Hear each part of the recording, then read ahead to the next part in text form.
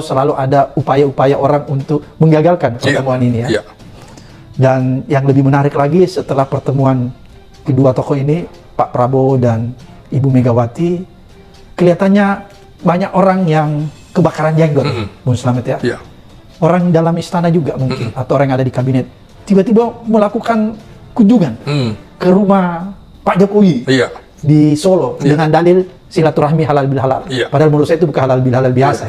Kenapa kok tiba-tiba setelah pertemuan Ibu Mega dan Pak Prabowo mereka terus ngacir ke rumah Pak Jokowi di Solo, seolah-olah ingin melaporkan sesuatu kepada bosnya Pak Jokowi. Padahal aneh menurut saya, mereka ini ada sebagian besar adalah menteri yang seharusnya patuh kepada Pak Prabowo. Kok tiba-tiba ngacir ke rumah Pak Jokowi seperti melaporkan informasi tentang pertemuan Pak Prabowo dan Mega. Mungkin itu yang dilaporkan ya.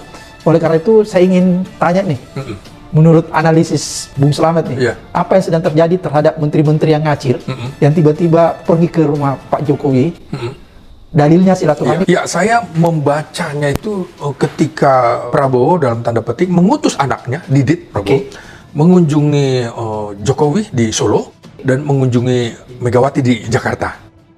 Saya lantas berpikir, kira-kira apa maknanya? Gitu ya.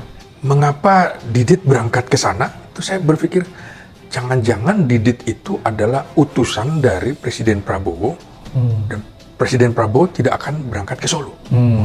Itu satu. Kedua, ada pesan dari Prabowo melalui Didit kepada Megawati. Nah, rangkaian kedua adalah pertemuan antara orang kepercayaan Prabowo di Partai Gerindra, Sufmi Dasko Ahmad, dengan Rocky Gerung, dan juga Jumhur Hidayat. Ada Ferry Julian Toro, ada Saganda Neggolan. Gitu. Nah, Rocky Gerung ini kan identik dengan tokoh oposisi yang sangat keras sekali terhadap Jokowi. Bahkan Prabowo sendiri mengatakan ada pengamat yang mencoba membentur-benturkan saya dengan Jokowi. Ya kan? Salah satunya yang keras itu kan memang Rocky Gerung. Nah, saya berpikir berarti bahwa Prabowo sudah coba merangkul kalangan oposisi yang berseberangan dengan Jokowi, termasuk Jumhur. Ini kan tokoh buruh. Lalu rangkaian ketiga adalah pertemuan antara Prabowo dengan 6 wartawan senior. Wartawan ini kan perpanjangan lidah rakyat. Nah, berarti ini satu rangkaian, kelihatannya Prabowo sedang mendekatkan diri kepada kalangan oposisi. Nah, berarti menurut saya, waktu itu analisis saya bahwa ini mempercepat upaya pertemuan Prabowo Subianto dengan Megawati Soekarno. Ternyata kejadian. Bertemu mereka? Nah, Prabowo mencoba merendahkan posisi gitu ya. Dia presiden, tapi dia datang ke rumah Bu Mega yang mantan presiden. Presiden kelima. Nah, saya akhirnya melihat epicentrum politik kita itu akan mengacu pada 4 tokoh presiden. 1 Megawati, kedua SBY, ketiga Jokowi, dan keempat adalah Prabowo Subianto. Pada waktu Idul Fitri itu, SBY mendatangi Prabowo. Artinya saya melihat bahwa hubungan SBY dengan Megawati kurang harmonis. Ya kan? Dari dulu. 10 tahunan gitu waktu pemerintahan SBY, hubungan SBY dengan Jokowi retak kan ketika ada upaya pembegalan Partai Demokrat. Mau mengambil alih ya? Iya. Artinya SBY akan menyatu dengan Prabowo begitu ya, akan mendukung begitu Prabowo, dan pertemuan Prabowo ke rumah Megawati ada kepentingan Prabowo tentunya. Kepentingannya kan begini. Prabowo selalu bicara masalah persatuan dan kesatuan bangsa. Ingin semuanya, ayo kita bergabung untuk sama-sama menyelesaikan persoalan bangsa dan negara. Rekonsiliasi ya? Rekonsiliasi. Nah, dibaca juga oleh Megawati dalam pertemuan itu, dia menyiapkan kadernya kalau memang pemimpin nasional dalam hal ini Prabowo membutuhkan kader-kader PDIP. Artinya menawarkan diri kalau mau ditarik ke dalam kabinet. Itu kata Mega ya? Iya. Nah, kepentingan Mega juga, dia ini PDIP menjelang Kongres. Ini Kongres yang tidak biasa, karena tidak ada penyebutan Kongresnya kapan dan di kota mana. Belum ada. Padahal biasanya itu sudah dipublikasikan. Sudah jauh hari sebelumnya. Akhirnya kita harus ingat pernyataan Mega bahwa ada yang coba meng-out partainya. Ada yang mau mengambil alih ya? Mengambil alih. Nah, apakah yang dimaksud Megawati itu yang mau mengambil alih Pak Jokowi? Secara implisit demikian. Tapi kan memang tidak secara eksplisit disebutkan. Oke.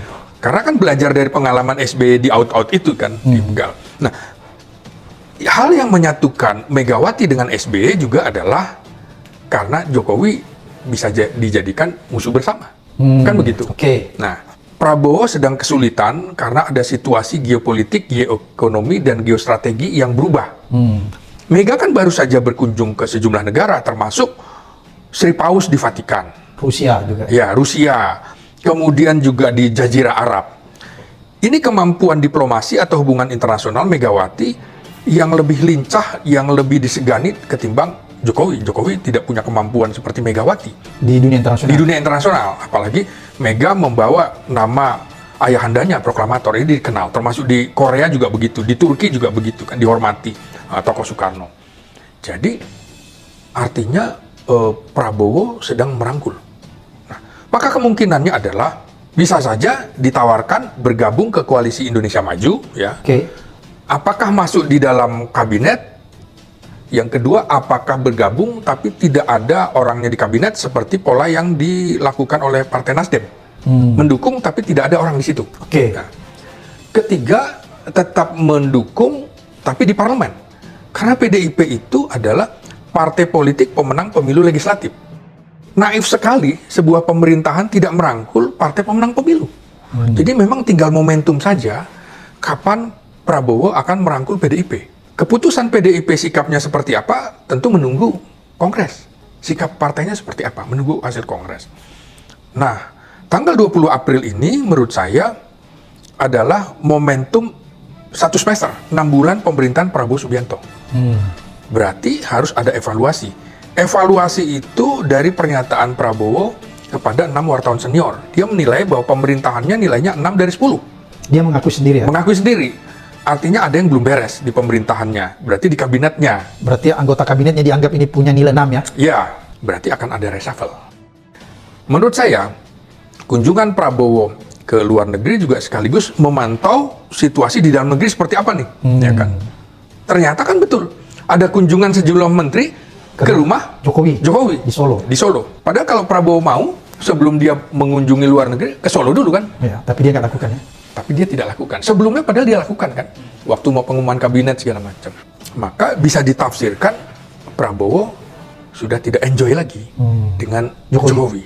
Nah, situasi yang tidak enjoy ini menurut saya juga terlihat pada saat pernyataan Prabowo kepada 6 wartawan senior itu mengenai undang-undang TNI. Bagi dia aneh. Kok undang-undang ini kan sebenarnya tinggal diformalkan saja, nggak ada sesuatu yang urgent sekali gitu ya. Yang membahayakan. Membahayakan. Kok tiba-tiba ada demo besar-besaran masif. Sampai Prabowo bilang, jadi tanpa mengecilkan mahasiswa yang murni tapi mungkin tidak mengetahui substansi, bisa jadi demo ini ada yang menggerakkan, ada yang membayar. Berarti Prabowo sedang memantau pergerakan elit-elit bangsa kita. Undang-undang TNI itu digolkan pada 20 Maret.